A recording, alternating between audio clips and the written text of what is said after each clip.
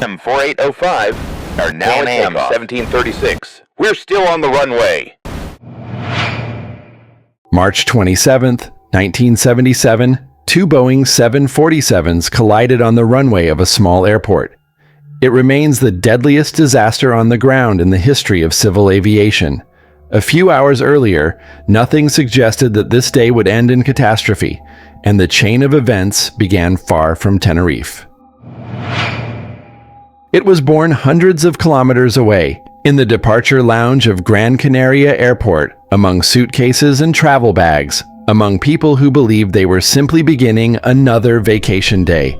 Nothing unusual marked the morning. Aircraft arrived and departed on schedule. Crews checked documents and weather reports. Passengers watched departure boards, unaware that this day would soon pause for hours. The explosion was not loud in the usual sense, not the kind that sends people screaming and running.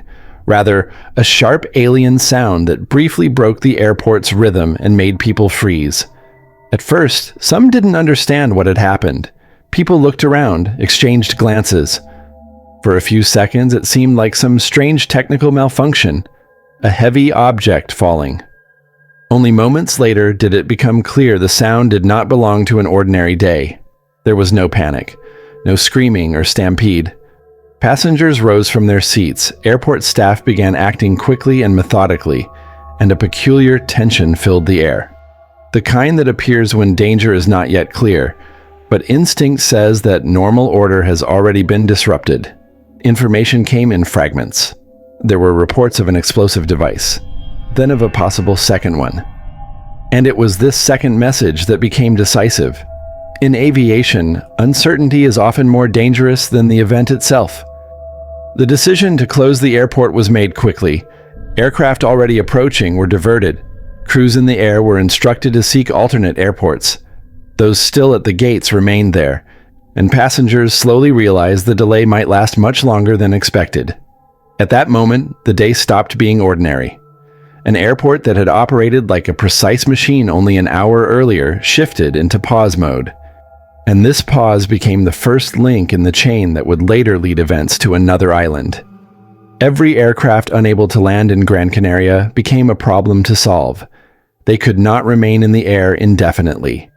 They needed to land, quickly and safely. Crews recalculated fuel, changed routes, and began heading toward alternate airports that, on a normal day, would never have been needed.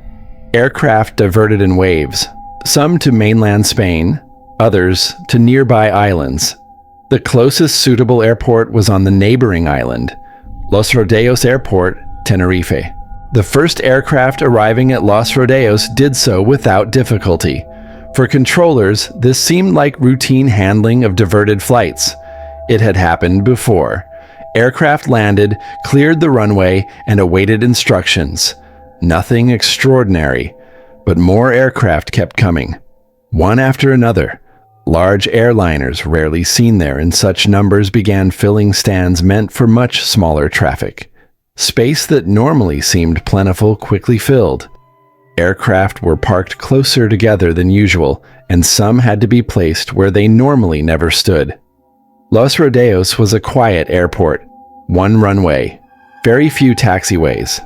Taxiways gradually became parking areas. Aircraft that were meant to land and depart quickly became blocked by others. To move one aircraft, several others had to be repositioned. Simple ground logistics began to resemble a puzzle where each move affected many others. Passengers were not disembarked. The terminal was overcrowded and the situation uncertain. People sat inside aircraft, watching through windows, waiting. For them, it was just a delay. For crews, a lengthening duty day. For controllers, an increasingly dense stream of decisions that could not be postponed. Meanwhile, weather conditions slowly changed. At first, it was just haze. Then clouds began descending lower than usual. Visibility worsened gradually, almost unnoticed. Operations were still possible. Aircraft could still take off and land, but now every movement on the ground demanded greater attention. By this point, Los Rodeos was no longer merely an alternate airport. It had become a bottleneck where dozens of routes, schedules, and expectations converged. And here, among parked aircraft, delayed passengers, and thickening fog, the story shifted to a point from which there would be no easy way back.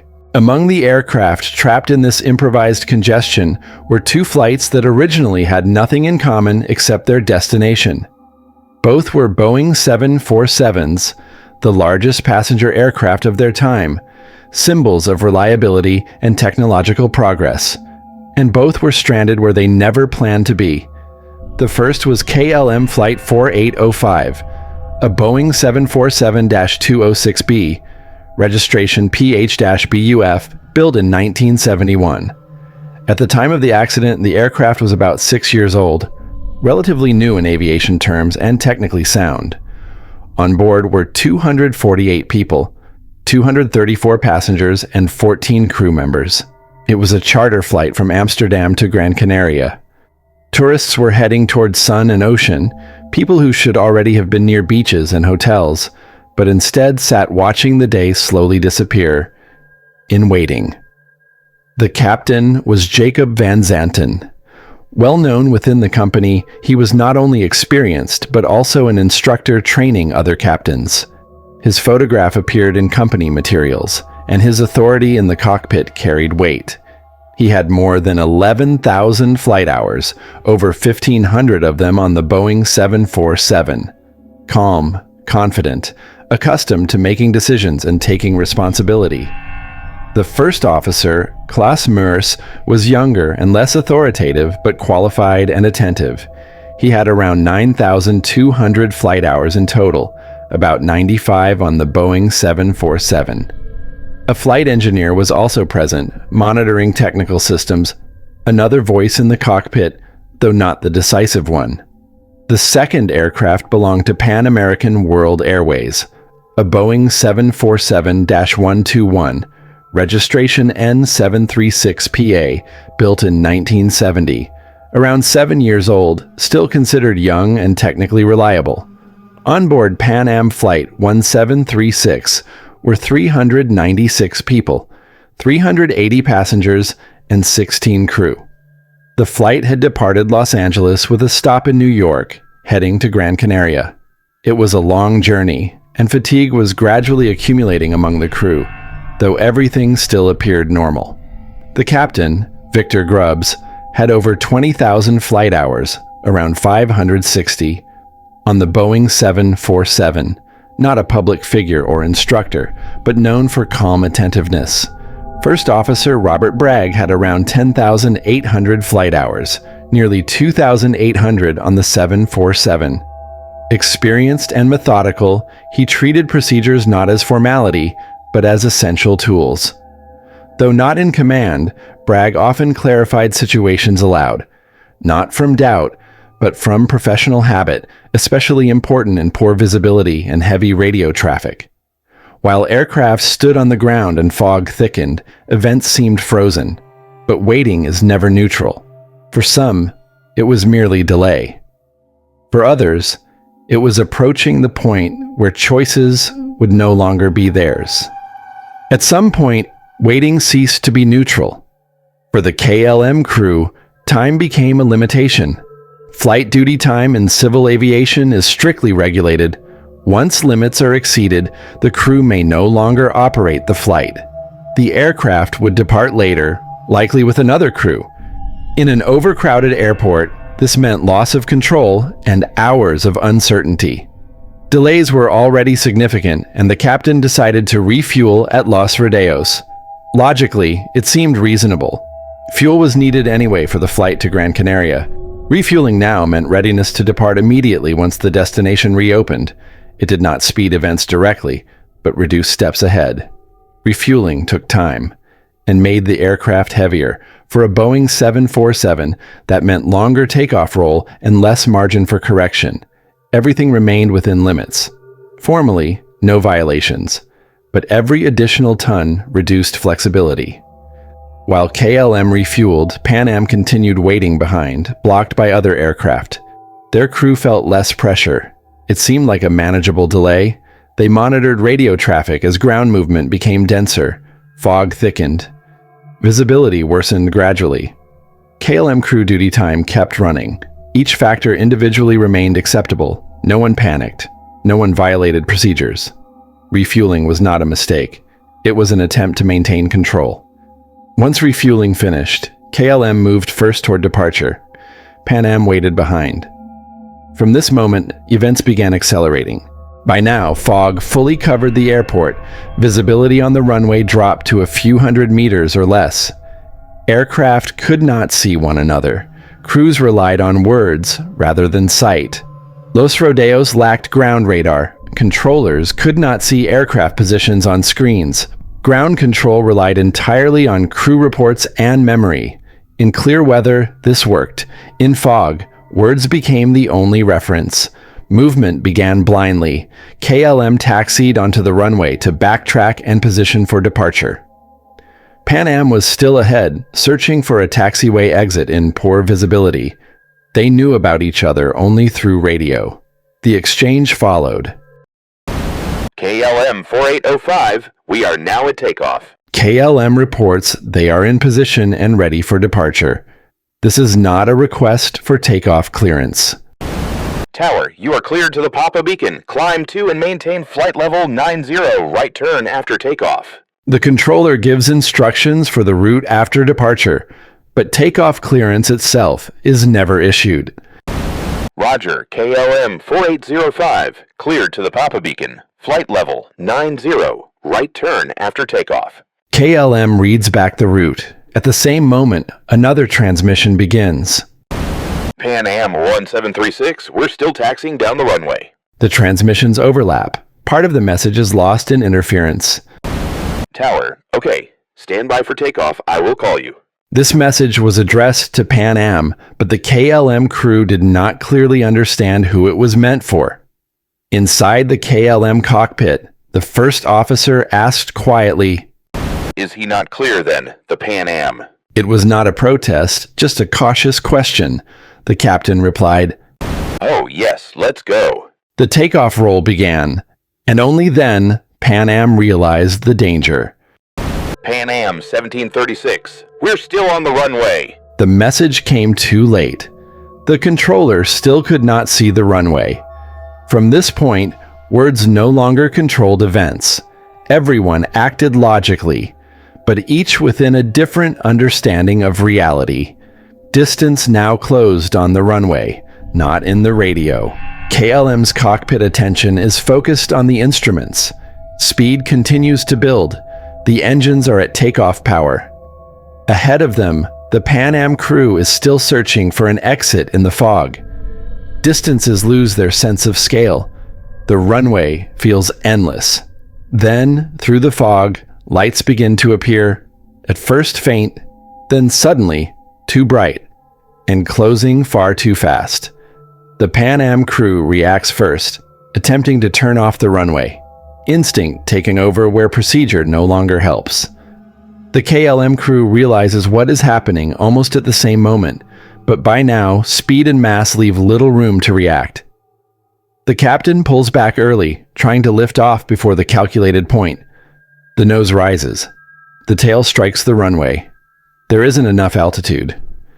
From this moment, events unfold faster than words. At the moment of impact, Pan Am Flight 1736 was still on the runway, unable to clear it in time. KLM Flight 4805 was already in its takeoff roll, attempting an early liftoff. The KLM aircraft crossed Pan Am's fuselage diagonally. The damage to both aircraft was catastrophic. By this point, no action by either crew could change the outcome. The entire sequence lasted only seconds, long enough to destroy both aircraft completely.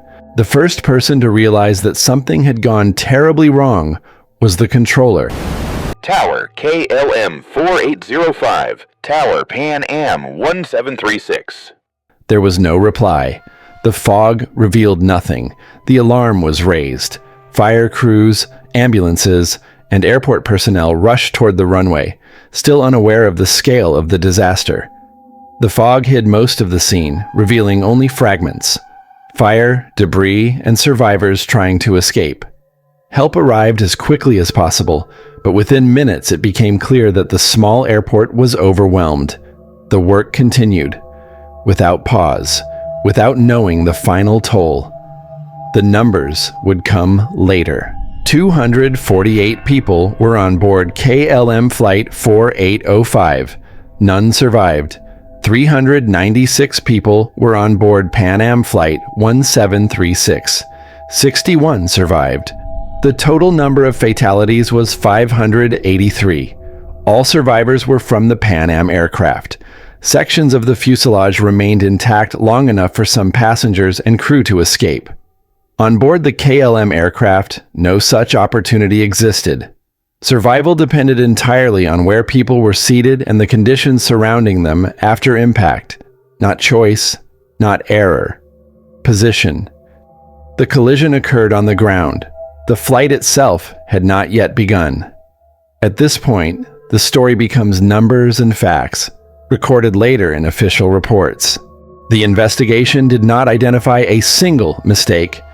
Instead, it revealed a convergence of factors, an airport operating beyond its normal capacity, deteriorating weather conditions, ambiguous radio communication, human expectations shaped by delay and uncertainty, and differences in cockpit authority and communication.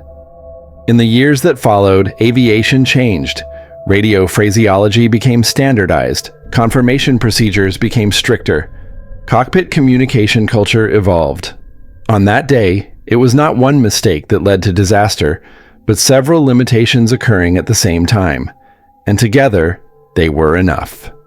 After Tenerife, aviation changed, language changed, cockpit communication changed, the way crews verify and challenge decisions changed.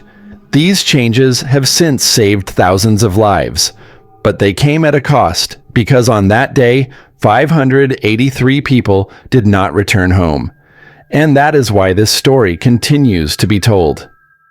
Not only as a tragedy, but as a reminder of how complex systems fail. Not suddenly, but step by step. More aviation stories and the lessons behind them are coming soon.